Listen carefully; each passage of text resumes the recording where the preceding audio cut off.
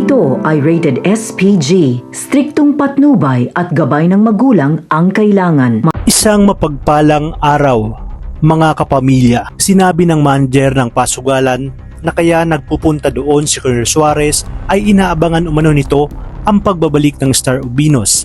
Kaya naman galit na nagtanong si Tanggol kung paano nalaman ni Suarez ang tungkol sa Star of Venus. Nagduda na nga si Boss Divina na baka mga traidor ang mga ito at ikanta sila. Kaya naman dito na inamin ng manager na dati silang tumawag kay Colonel Suarez, ngunit nang malaman nilang kaunti lang ang mapupunta sa kanila, ay mas pinila nga nilang tanggapin ang alok ni Tanggol sa pag-aakalang mas malaki ang kikitain nila.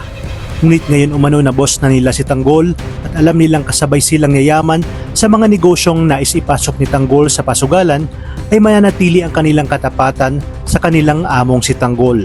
Habang si David naman ay nagpapakasasa sa alak kung saan maraming babae at namumudbud siya ng kaperahan. Masusubukan naman ang tibay ni Santino dahil inudyakan siya ni Nateban na pumatay ng tao.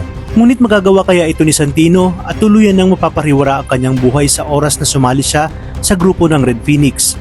At narito ang mga highlights at recap sa Batang Quiapo. Hindi na nga tayo nagkamali at tuluyan nang napasakamay ni Tanggol ang pasugalan. Ngunit mananatili sa kanilang pwesto ang mga dating namamahalan ito.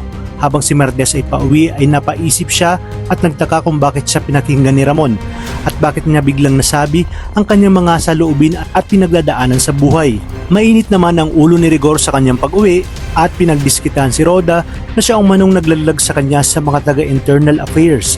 Ngunit itinanggi naman ito ni Roda at dumating na nga si Santino. Sinagot niya nga ang kanyang tatay Rigor at inilabas ang kanyang sama ng loob. Kaya dito ay walang ano-ano na sinuntok at tinadyakan siya ni Rigor. Dumating si Martes at pinigilan itong si Rigor.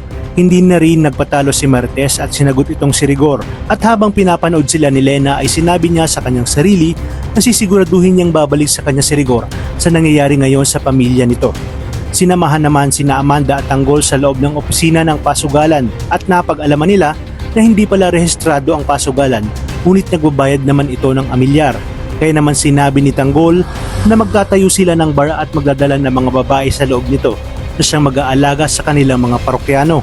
At sa oras na manalo ang mga ito, sa kanila bebentahan ng kanilang mga sasakyan. At kapag natalo naman ay pipilitin nilang ipusta ang kanilang mga ari-arian, lalong-lalo na umano ang mga mayayaman. Napakaganda nga ng naisip ni Tanggol, kaya tuwang-tuwa ang kanyang mga kaibigan at ang dating namamahala dito kasama na nga itong si Amanda. Ito na kaya ang pinakahihintay natin na muling pagkikita ng magkapatid at wala ngang kaalam-alam si David na pagmamay-ari lang naman pala ni Tanggol ang pasugalan na kanyang pupuntahan kung saan nga meron ding mga babae.